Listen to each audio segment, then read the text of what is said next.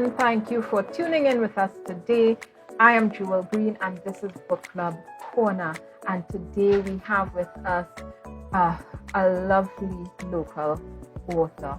But every Wednesday we're here for Book Club Corner, where we chat with authors and writers about the literary arts, their books, and their love for the written word. And today we have with us local author, multilingual interpreter, Gennike Mayers.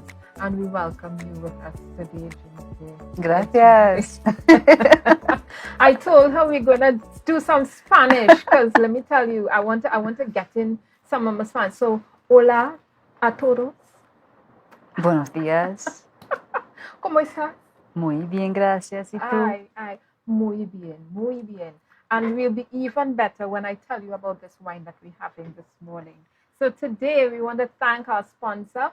This is from our wonderful sponsor, and we're having some cassava wine from Jofield Wines. This is a smooth blend, and we love our local winemakers. He's using, ground provisions and things from the earth to make his wine, and this is an awesome blend. And we do the 5 S's of wine tasting here at Book Club. So we see the wine. This is a white wine, right? We'll start with that. And then we swill the wine. We look for the legs, that's the sugar content. And then we sniff the wine. I'm not sure if I'm detecting the cassava, but let's sniff again. And then we sip and savor. So we would say saludo in Spanish, that. yes. Chin chin. Okay. Yes, I got the cassava. I got the cassava. It takes you on the back. Very delicious. We love this.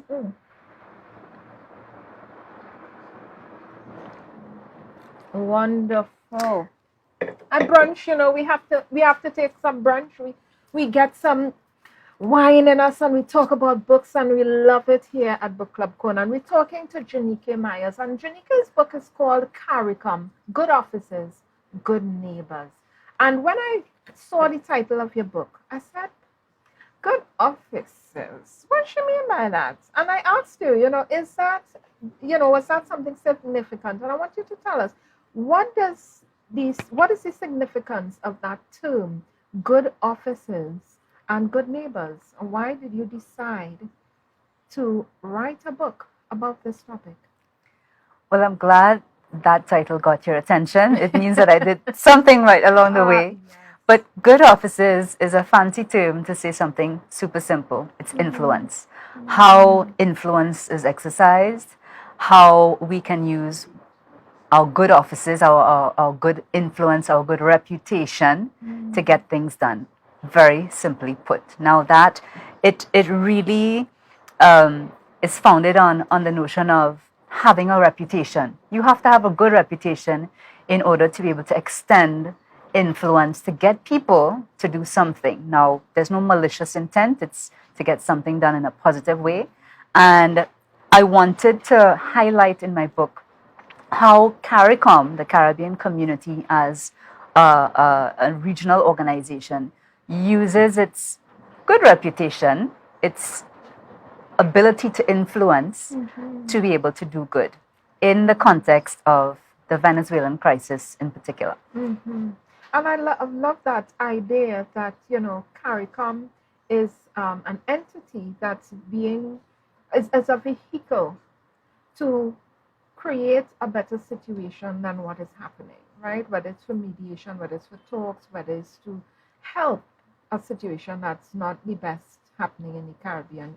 When we talk of CARICOM, and for those of you out there who are wondering, CARICOM, I've heard of it before, it just means Caribbean community, right? And we are one Caribbean community.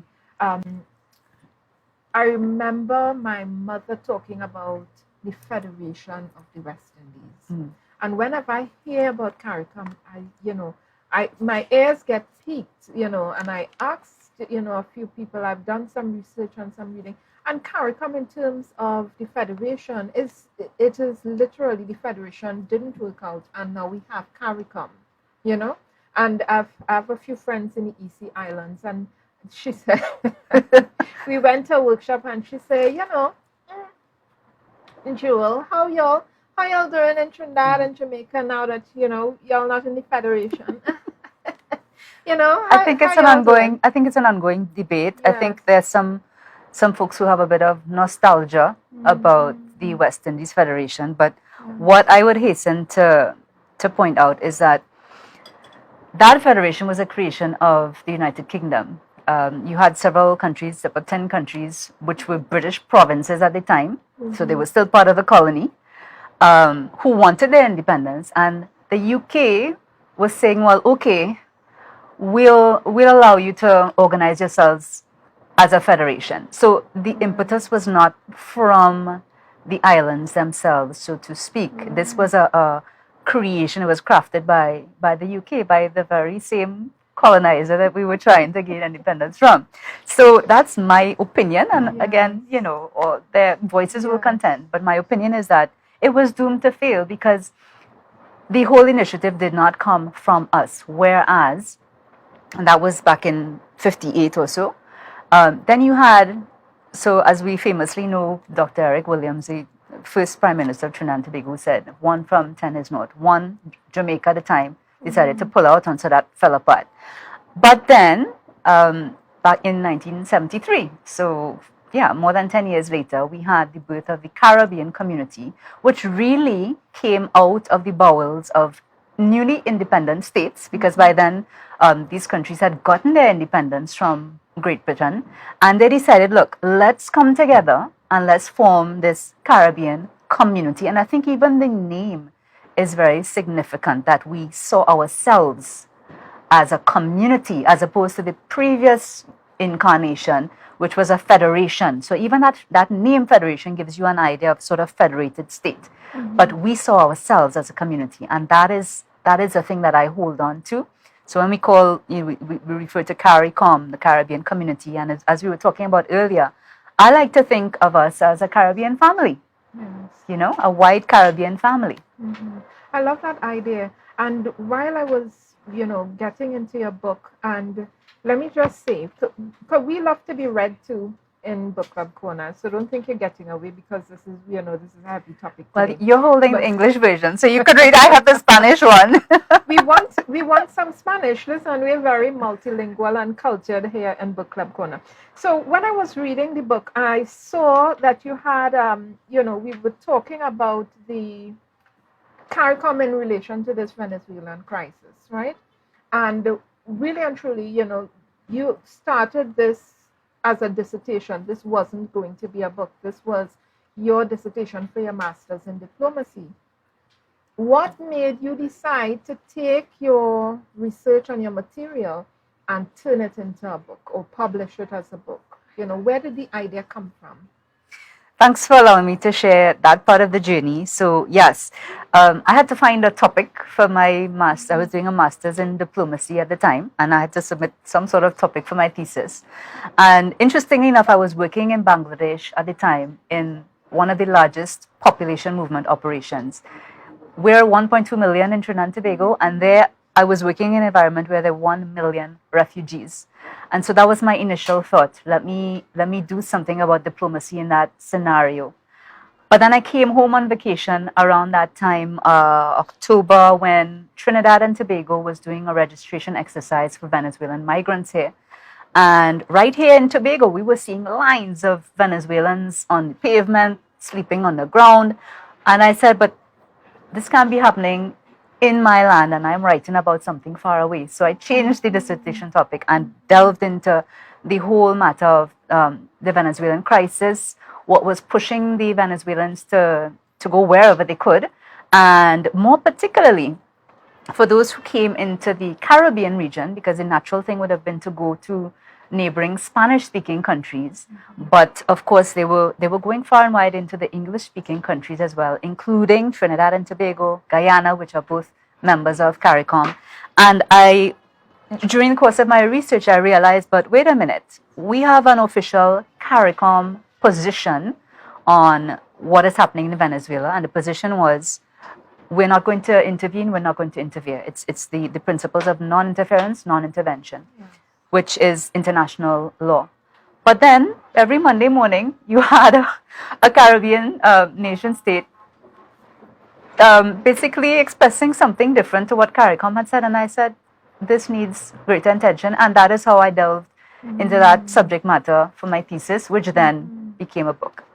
I love that you looked at what was happening home. It's always best as authors. When we write, we want to write from a place of knowledge. We want to write from a place of what's happening, right? We want to be the voice for whatever situation, social issues, or whatever we might be noticing.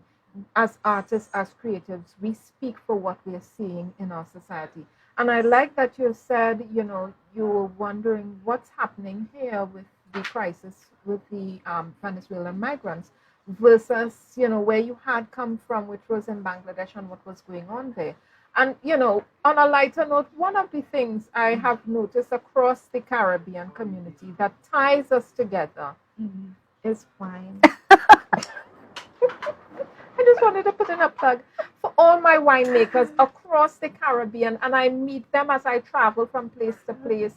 Kudos to you. Cheers. Thanks again, Joe Field Wines, for this cassava wine. Santé. So the French say santé, meaning to your health. So I will toast to the health of the Caribbean community and Caribbean people everywhere. I love it. And, I always wonder, because as an entrepreneur myself, I did a winemaking course. I started a company to do wines, and only to find out that it was not something that was going to be easy to assimilate as a Caribbean person, right? In terms of export, imports, licensing, and all of that. That's one of the things we want CARICOM to do. We're looking towards CARICOM to make sure that it opens doors for us CARICOM nationals to be able to move, to be able to ply our trade, whether we're entrepreneurs, craftsmen. We want to be able to move, and we know that, just putting it out there, the CARICOM community had their meeting. This is their 50th anniversary, and happy 50th anniversary, Caribbean Neighbours. And they've made a decision that you're not going to need the skill certificate anymore. You are going to be able to travel freely and work freely as a CARICOM national throughout the Caribbean. But that's going to come into law sometime next year. And Correct. one of the things, one of the organizations we always talk about in terms of CARICOM that has worked well is cricket. And I just have to bring I think some people will beg to differ with you in terms of it working well or performing well, but it is undeniable that, to come back to even what I was saying earlier, as a Caribbean national, when I work abroad, I carry the Caribbean flag. And when I landed in Bangladesh, people didn't know where I was from. Now I said Caribbean, I'm from the Caribbean. Okay, Trinidad and Tobago, I'm from the Caribbean. They still look at me quizzingly. And then when I say Trinidad and Tobago, oh, Brian Lara, Dwayne Bravo. And then I remembered, oh yes, right. Yeah, there's a cricket connection. And then they quickly switch to, yes, West Indies, West Indies. So we have a brand that is well known across the globe. Yes. I think we don't appreciate it enough. Perhaps others appreciate it more than we do within the region. But certainly the West Indies brand, West Indies cricket team, has done a tremendous work in putting us literally on the map. Yes, we have to talk about that. Whenever you start to talk about CARICOM or Caribbean community, we have to always look at that one, I would say that one sport that came out of pre-emancipation, right? The cricket. Yes. And when we look at cricket, it is a brand, it is an organization, a sport that really melded us as a Caribbean community, and put us on the map, and we talk about, the cricketers of not just Brian Lara, but the ones from before, Sir Walter, what is this name? Vivian Richards, yes, some of the 3Ws. Yes. We talk about all them all the time, and it's a really good brand that they had. And I think they were, great ambassadors for the Caribbean community and Trinidad and Tobago as a whole, each West Indian island. And when we look at what you have in this book, because I'm going to give you the English version so you can read something. Let me tell you where I want you to read from.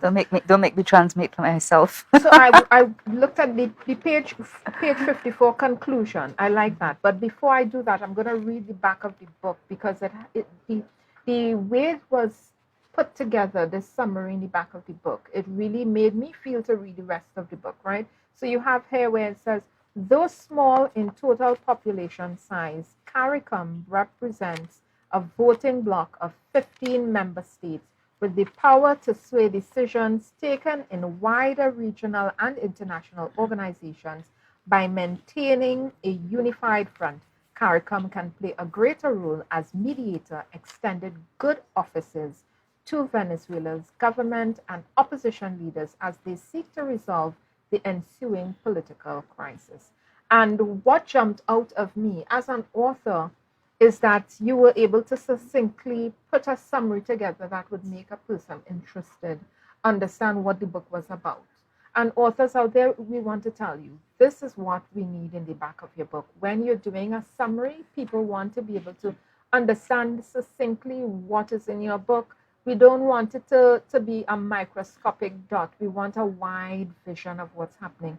And this summary talks about CARICOM representing a voting bloc of 15 member states. Tell me about that, because I also read in your book that there are other members besides full members in CARICOM. Yeah, so that's something that is often overlooked. And so I wanted to highlight it in my book.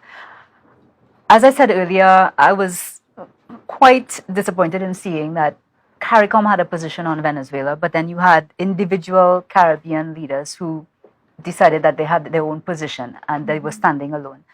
But what we fail to realize is that 15 votes in the wider organization, such as the Organization of American States, or even within the United Nations. Incidentally, the United Nations General Assembly is coming up soon in October, and we have a Trinidad and Tobago diplomat who is the president of the UN, of that session, the 78th session of the UN. So this is no small task. And what I'm basically saying in the book is that if we stand together as 15 voices, 15 votes, because at that point, it doesn't matter how small you are, it doesn't matter what your GDP is, it doesn't matter the size of your population, whether it's 100,000 or 12 million, as in the case of Haiti. What matters is you are one sovereign, independent country, and you have one vote. And so my theory is that if we stand together as a Caribbean community, we have 15 votes that could change the outcomes in those bigger organizations. And very often, let me say this too, you have other nations who are using their own diplomatic skills to try to sway individual CARICOM countries to vote in their favor on particular matters, whether it's security matters or trade or whatever have you. And I'm saying that we CARICOM nations must not allow ourselves to be used by a puppet master anywhere in this world to be able to support them if we don't stand together on those issues. Remember, 15 voices. If we stand as one, we're going to change the outcomes, but we don't see it that way, unfortunately. I think a few of us do, but perhaps not enough of us do. Well, clearly some of our leaders don't.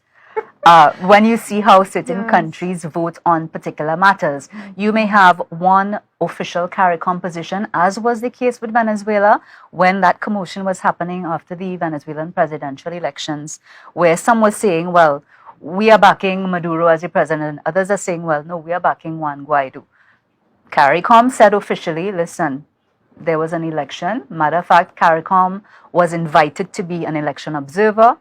We were present on the ground in the preparations for those elections, and we sort of gave a seal of approval for those elections. So how could it be then that after the elections are held and CARICOM was there to officiate over the elections, how could you have Caribbean states jumping up and saying, well, we recognize Juan Guaido or we recognize Maduro? No. CARICOM has one position: non-interference, non-intervention. We are not going to step on the toes of a sovereign state. Yes. Let me tell you, we got some hot tea in here about CARICOM. I don't want to heat up the wine, but we don't like hot wine. Let's go to page 54. I want you to read this conclusion you have here. And just remember, this was a dissertation. I mean, you know, but I'm just reminding of you. This was a dissertation. So she was doing research for a paper and decided to turn this into a book, right? CARICOM, Good Offices, Good Neighbors. I love that title so much. It kind of reminds me of a show that used to be on TV when I was young.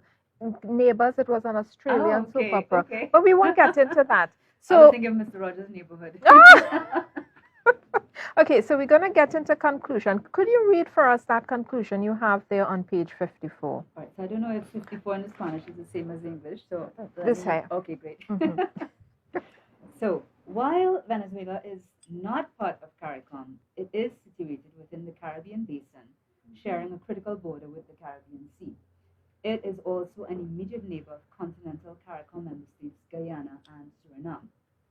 Diplomatic relations, important energy cooperation, trade links, and cultural exchanges undergird the relations between this South American giant and the small island developing states.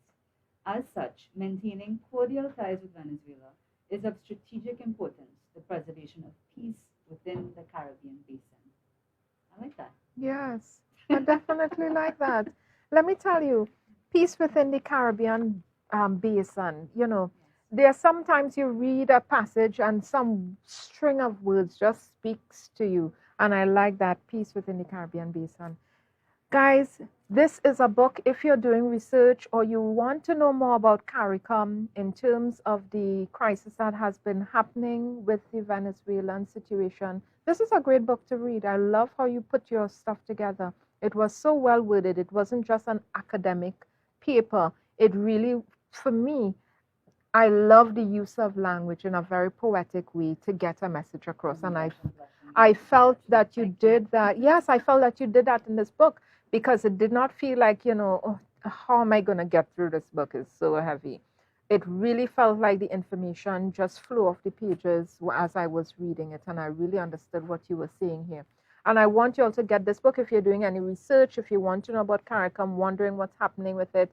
Get Gennike Mayers' book. She's a multilingual interpreter. She is the entrepreneur of her own business, and it's called Interpreting Your Needs.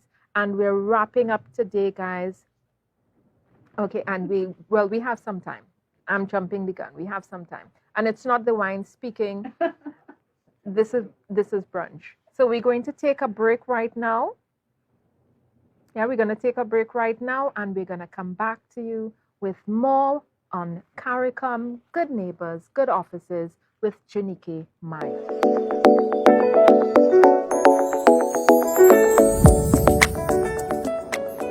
And we're back talking to Gennike Mayers about her book, CARICOM, Good Offices, Good Neighbors. And before we get back to Gennike, I want to thank our good friend Neve from From Design, the company that does floral designing, interior designing for events. Thank you very much for our centerpiece. And every Wednesday, we will be getting a fresh centerpiece from me, for Design. He's a good friend of the Tobago Horticultural Society, and he was with that team that went, actually got gold at the Chelsea Flower Show earlier this year. Thank you very much for this, Neve. There's anthuriums and some other flowers in there. He told me the names, but I don't recall. It was a fancy name. Gorgeous. Anyway, we want to get back to Gennike. And, you know, during the break, we were talking about this CARICOM community. And part of that CARICOM community is UWI, right? It's the University of the West Indies, the 3 campuses, and all the open campuses. And we were talking about our university experience. It is one of those experiences that creates bonds. Absolutely. Even beyond that university experience. You finish university and you still remember those good friends. I still remember all the friends I met. My Vinci friend, St. Lucian friends. I mean, Don't forget it's the a Jamaicans, long lots of list. Jamaicans too. Let me They tell have a you. whole hall of residents just for them. Let me tell Canada you, Hall. and they were always teaching us a dance. Not it was so much fun. But there were high points and low points in meeting because there is that getting to know people and figuring out personalities and all of that. What is your perspective according to your book, CARICOM, Good Officers, Good Neighbors, in terms of that brand that we talked about? We talked about the cricket community, creating, an ambassadorship really for the Caribbean. And what about UE? And we'll get into the CCJ as well, but tell us about UE in terms of, your book and that experience. So this is another area that I think is overlooked or taken for granted by most of our Caribbean nationals. We fail to identify the successes of CARICOM, and some of the successes of CARICOM are its institutions. The Caribbean community is not just a political organization. It has institutions and agencies that work on our behalf. So you mentioned the University of the West Indies. That is a CARICOM institution that deals in the area of education. We have brilliant scholars coming out of the region who go far and wide across the globe. And they had their first experience of tertiary education, most often than not, right here in the West Indies. Another one of my favorite CARICOM institutions is the CCJ, the Caribbean Court of Justice, for the simple reason that, one, it is located here on our Trinidad and Tobago soil. Don't mind, as we say, Trinidad and Tobago has not yet signed on to it. We have not acceded to it. We do not recognize the CCJ as our final court of appeal, but we'll come back to that. Nevertheless, the fact that the Caribbean countries agreed that we needed our own judicial mechanism here, that is something that is of significance. Another one that I like in particular, because I've had to deal with in my previous role working in disaster management, is SEDIMA, the Caribbean Disaster Management Emergency Organization. I believe they're based out in Jamaica. And we have hurricanes. We're in hurricane season right now. This morning, did you see that rain this morning in Tobago? Let me tell you. Town is flooded already. But SEDIMA has been playing a very active role in preparing for disasters, all manner of disasters, not just the hurricanes, although we face those every single year. They are a very effective coordination mechanism, coordinating assistance, coordinating preparation when there is actually a hurricane in the region. They're coordinating with the meteorological services. They are prepositioning stocks so that right after the storm is gone, they can go into a country and deliver those stocks, deliver whatever assistance is needed. And also, what people don't know, they coordinate any international aid that's coming into the region. So it passes through them as a coordinating mechanism. So many more agencies I could talk about, but those are my favorite ones. Yeah, I didn't know that they coordinate the aid. That's important. When we look at the CARICOM community and what they've achieved, this is their 50th year of anniversary. And again, our 50th yes, year. Our 50th our year. 50th. Yes. We have to own it.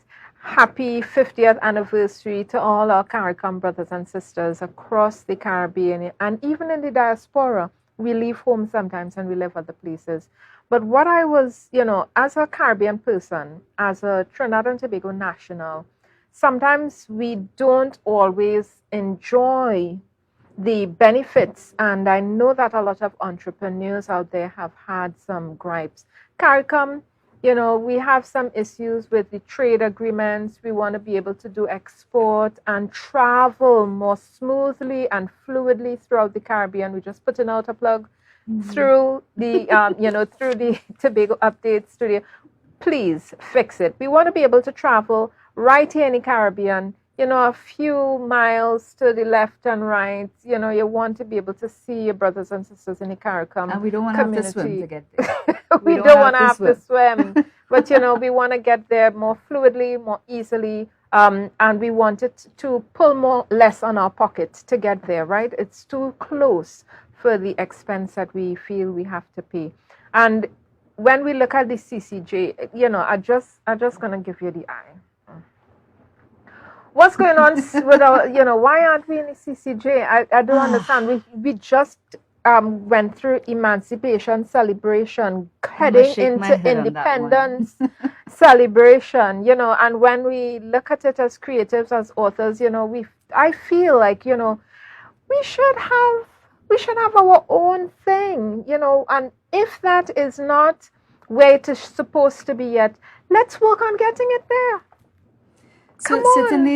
certainly some Caribbean countries have recognized that, the more progressive ones. Barbados, Belize, Dominica, I'm calling names, Guyana, Yes. most recently St. Lucia, signed up. And when I say signed up, they signed up to say, hey, we don't need to go to the Privy Council in the UK anymore. We don't need to consult with the Lords of Great Britain anymore.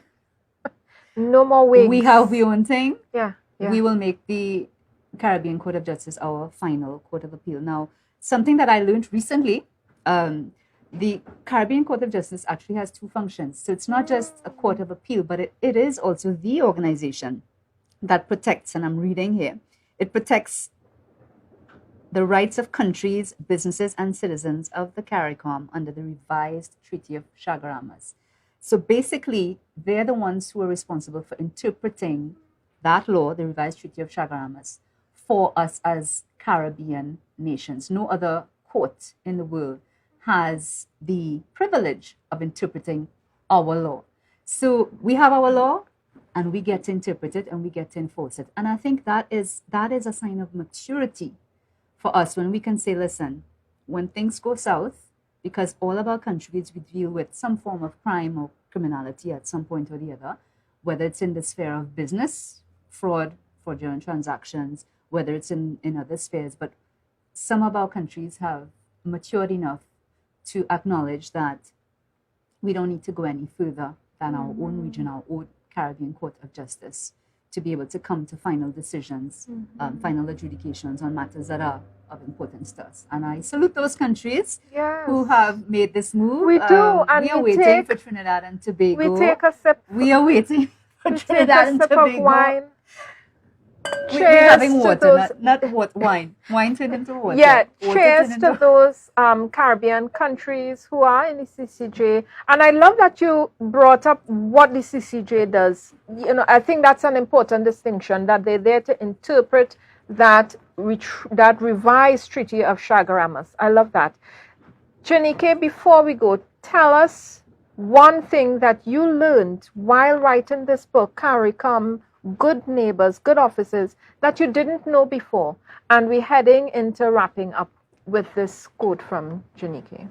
So actually, the quote is going to be a quote from, I think, the Caribbean's most active Prime Minister, the Honorable Mia Mottley. Oh, we love her. Prime Minister of Barbados. And so I came across, of course, in researching for the book, she was one of the more active advocates speaking out on behalf of CARICOM.